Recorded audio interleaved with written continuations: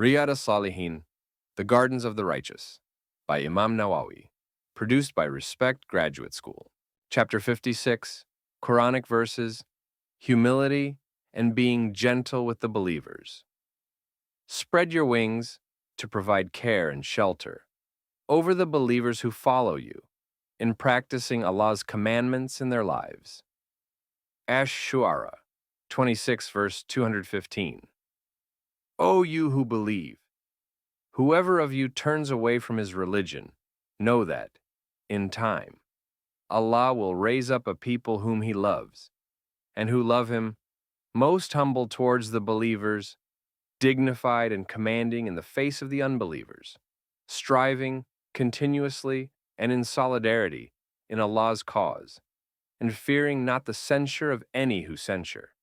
Al-Ma'idah 5:54. O humankind, surely we have created you from a single pair of male and female, and made you into tribes and families so that you may know one another, and so build mutuality and cooperative relationships, not so that you may take pride in your differences of race or social rank or breed enmities. Surely the noblest, most honorable of you in Allah's sight is the one best in piety, righteousness, and reverence for Allah. Al-Hujurat 49:13. So do not hold yourselves pure, sinless. It is vain self-justification. He knows best him who keeps from disobedience to Allah in reverence for Him and piety. An-Najm 53:32. Hadith number 313, narrated in Sahih Muslim, Jannah 64. Sahih Muslim, Jannah 64. Iyad ibn Himar, may Allah be pleased with him, reported that the Messenger of Allah, peace and blessings be upon him, said, Allah revealed to me that you should be humble, so no one should vaunt himself above another, and no one should commit injustice against another. Hadith number 314, narrated in Sahih Muslim, Bur 69. Abu Huraira, may Allah be pleased with him, reported that the Messenger of Allah, peace and blessings be upon him, said, Sadaqah does not decrease property, and Allah only increases a servant in might by forgiveness, and no one is humble for the sake of Allah without Allah elevating him.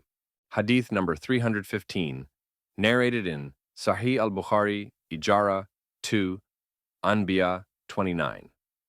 Abu Huraira, may Allah be pleased with him, reported that the Prophet, peace and blessings be upon him, said, Allah did not send any prophet, but that he herded sheep.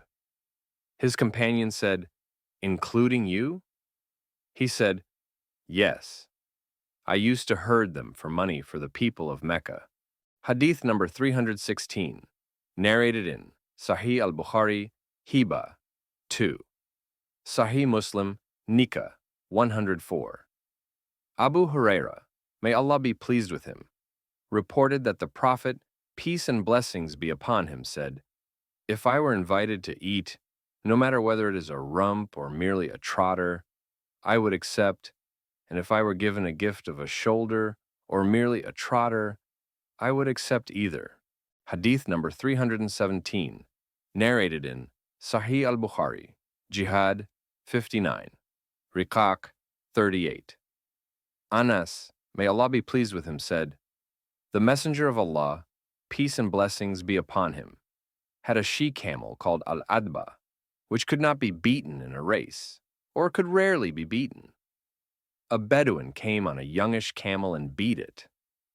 That was difficult for the Muslims, and, recognizing that, he said, it is a right of Allah that nothing elevates itself in this world without Him then bringing it low.